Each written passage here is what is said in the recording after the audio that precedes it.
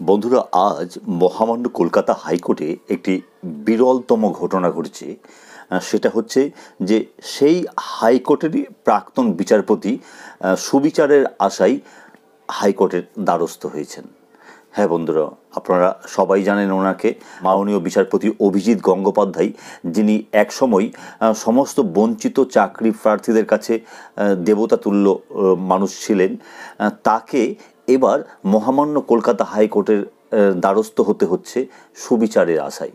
তার বিরুদ্ধে যে এলিগেশন আনা হয়েছে সেটা সত্যি শুনলে চোখ কপালে উঠে যাবে। হ্যাঁ বন্ধুরা, তার বিরুদ্ধে খুনের মামলা রুজু করা হয়েছে এবং কি বেআইনি অস্ত্র রাখারও মামলা রুজু করা হয়েছে। তাকে চ্যালেঞ্জ করেই তিনি আজ মহামান্য কলকাতা হাইকোর্টে দ্বারস্থ হয়েছেন। কি সেই খবর, চলুন সরাসরি চলে আসি মূল খবরে। দেখুন, আপনারা স্ক্রিনে দেখতে পাচ্ছেন হাইকোর্টে মামলা অভিজিতের। তমলুকের বিজেপি প্রার্থী অভিজিৎ গঙ্গোপাধ্যায়কে মামলা দায়ের করার অনুমতি দিল কলকাতা হাইকোর্ট। আগামীকাল বিচারপতি জয় সেনগুপ্তের এজলাসে মামলার শুনানি রয়েছে। উল্লেখ্য, তমলুকে অভিজিতের মনোনয়ন জমা দেওয়ার দিন একে অপরের সঙ্গে সংঘর্ষে জড়িয়েছিলেন তৃণমূল বিজেপি। কলকাতা হাইকোর্টের প্রাক্তন বিচারপতির বিরুদ্ধে এফআইআর দায়ের করেছিল পুলিশ। তা চ্যালেঞ্জ করেই আদালতেই দ্বারস্থ হয়েছেন অভিজিৎ গঙ্গোপাধ্যায়।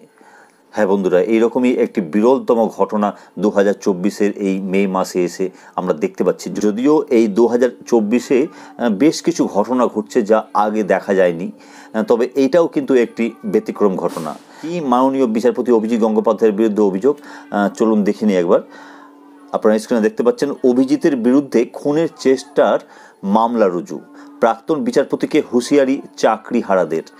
তমলুকের বিজেপি প্রার্থী প্রাক্তন বিচারপতি অভিজিৎ গঙ্গোপাধ্যায়ের বিরুদ্ধে এফআইআর দায়ের হলো থানায়। হামলা, ভাঙচুর, খুনের চেষ্টার অভিযোগ সহ ভারতীয় দণ্ডবিধি একাধিক ধারা এবং অস্ত্র আইনেও অভিযোগ দায়ের হয়েছে অভিজিৎ সহ বেশ কয়েকজন বিজেপি কর্মীর নামে।